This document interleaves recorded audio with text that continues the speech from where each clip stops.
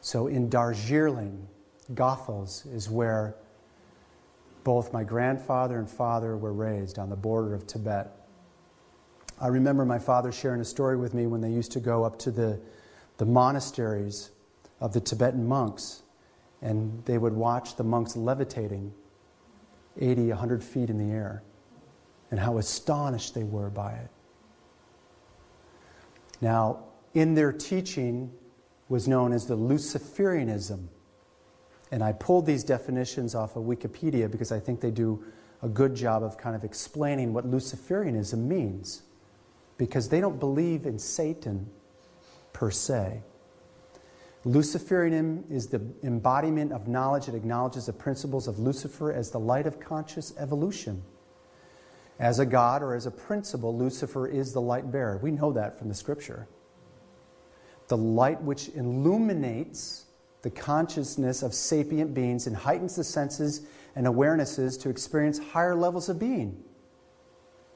You're on that reincarnation wheel, going round and round, and you're trying to rise up through your chakras till you become a Mahatma. Luciferianism, the path of self-attainment. It's the higher self. It is the centered path, neither left nor right. For Lucifer is the star that shines in the morning and evening, the point of the light between opposing forces. It is the symbol of the yin-yang, which I had branded on my body, because I was understanding the pure teaching of Luciferianism as the self-attainment. Now we also have another definition. Spiritual Luciferianism has its roots in the esoteric teachings of Western occultism and Hermeticism. This view holds that while Satan represents the manifestation of the material realm, Lucifer represents a highest spiritual ideal, one's true will, the holy guardian angel. As all material things are energy or light, Lucifer is seen as the creating force of the universe, ever present. Interestingly here, they add, some classically educated Freemasons used Luciferian in their scholarly senses of bringing enlightenment, invoking Prometheus, who stole the fire from the gods to bring to man. So as I was growing up, and I was meeting these illuminated beings, who I believed were my dead ancestors, again, his foundation is spiritualism. I thought I was being brought into the true understanding of one's self-awareness and attaining the higher self. And it started at a very young age. And again, let's look at the term here, Illuminati. It means any various groups claiming special religious enlightenment, persons who are claimed to be unusually enlightened. This is the worldwide headquarters of Freemasonry. Does anybody have any idea where it is? Washington, D.C. So it's in one of the city-state capitals. You can see it almost looks like an Egyptian motif. And interestingly enough, this is located 13 blocks north of the White House. And that's very important in the occult world. We're not going to spend time on that. But even Washington, D.C. itself is laid out in a giant Masonic grid pattern as they were preparing the United States to be the new Atlantis, as we're coming into the dawning of the new age, as they're trying to reinstate Atlantis again. So the main library of the Supreme Council, 33rd degree of the ancient accepted Scottish Rite of Freemasonry, the Mother Supreme Council of the World, Washington, D.C., is dedicated to the Confederate General Albert Pike, the KKK's chief judiciary. And in this Masonic temple, the Albert Pike Memorial Room inside the Supreme Council, 33, which is again located 13 blocks directly north of the White House in Washington, D.C. Now, I met a family whose husband was a 32nd degree Freemason, a Shriner. And so when you go to become a 33rd degree, you go here. This is the only place you go in North America. And it's an honorary rite. And he was brought into this room, waiting room, with other candidates. And individually they're brought out in front of a host of people. And they asked them, who are you willing to submit your oath to? And he didn't know what the answer was. So they shoveled him back into the waiting room. And at this time, his family was outside praying for him to get out. He turned to the man next to him and he said, who am I swearing an oath to? And the man said, to Lucifer. And he got up and walked out and resigned from the lodge. Now we can actually find here in Isaiah 14, chapter 14, verses 12 through 14, how art thou fallen from heaven, O Lucifer, the son of the morning? How art thou cut down to the ground, which did weaken the nations? For thou hast said in thy heart, I will ascend into heaven, I will exalt my throne above the stars of God. I will also sit upon the mount of the congregation in the sides of the north.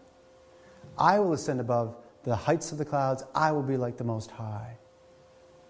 Because it's all about self-attainment.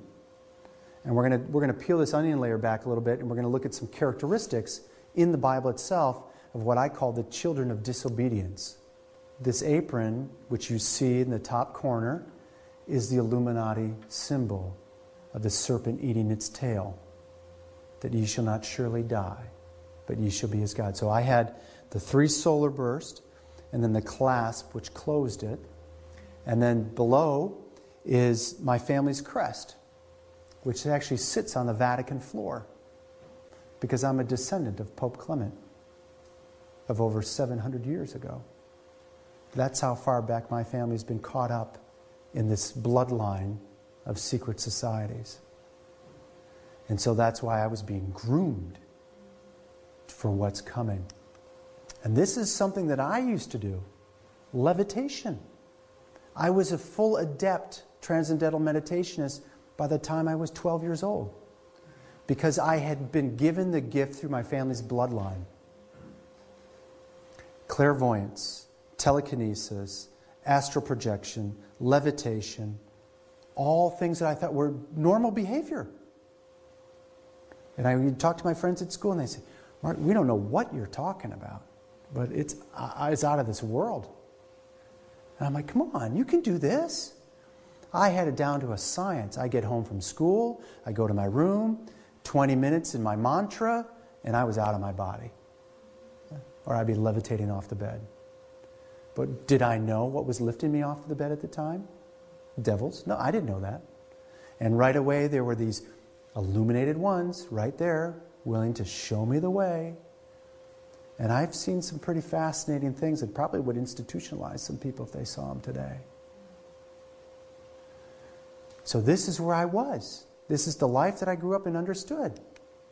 But it wasn't until I read the Bible in Deuteronomy in chapter 18 where God said that these are an abomination. You know, let's read it. When thou art come into the land which the Lord thy God giveth thee, thou shalt not learn to do after the abominations of those nations. They shall not be found among you anyone who maketh his son or daughter to pass through the fire. That's a Masonic ritual. Or use divination, which we know is fortune telling, or observer of times, astrologer, or an enchanter, a witch, or a charmer, a consulter with familiar spirits, or a wizard, a necromancer, one that conjures up spirits. For all that do these things are an abomination unto the Lord. And because of these abominations, the Lord thy God drove them out from before thee. Thou shalt be perfect with the Lord thy God. And how do we become perfect with Him? By putting on the armor of light, Christ's robe of righteousness. And everything is blotted out. But that robe of righteousness is also our armor for spiritual warfare. Chapter 16, 26 of Matthew, for what is a man profit if he shall gain the whole world and lose his soul? Or what shall a man gain in exchange for his soul? So here I was at the tipping point in my life. I'm on upstate New York. I'm in this camp that I bought from a friend of my father's. I'm trying to quit my career at IBM, making hundreds of thousands of dollars, rubbing elbows with very prestigious people, offered to be a part of these elite groups. And I'm wrestling with this and wrestling with this. And where I'm standing on the back of the house, there was a lake and the river that came down where the lake joined.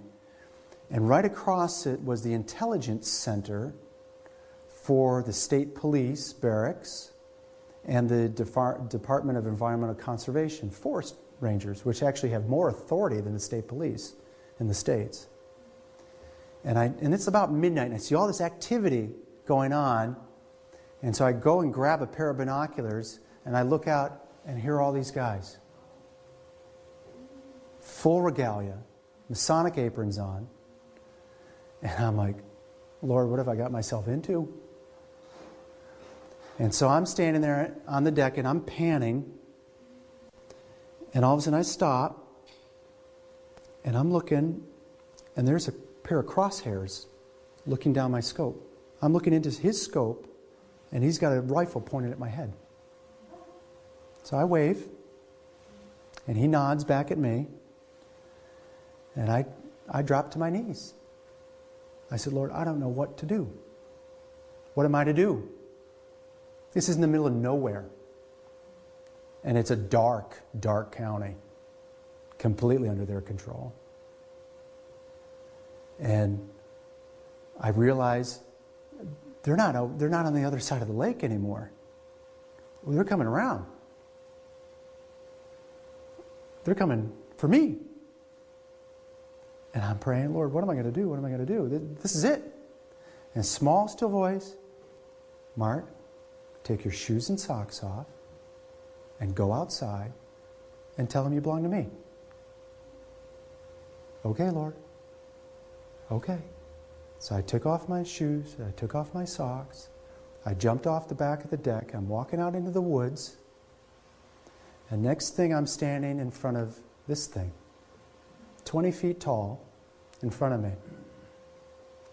The God of the dead, the Lord of the underworld, Anubis. And next to him, he's stacking souls wrapped in gunny sacks with their eyes cut out, tied up, wriggling.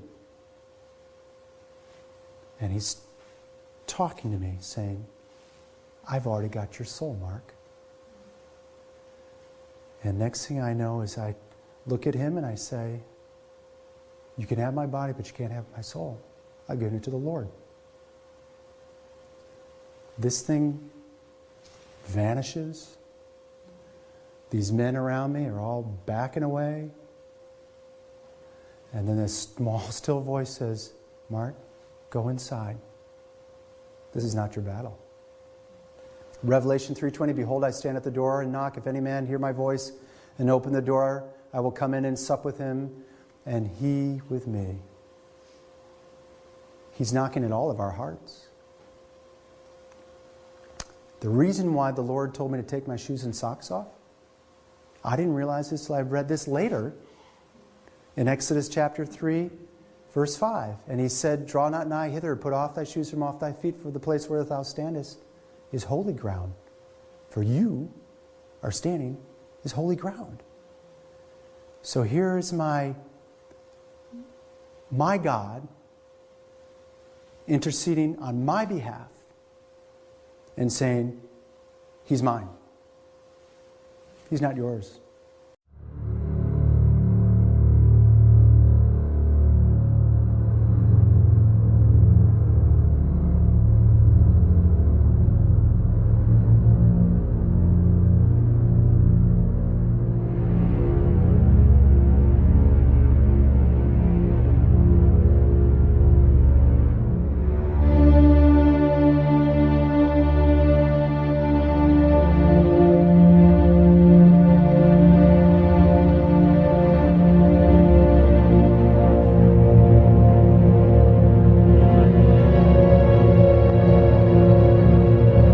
You're about to hear a deliverance service at a church where devils were being cast out of a 16-year-old girl who received Jesus into her heart just in time.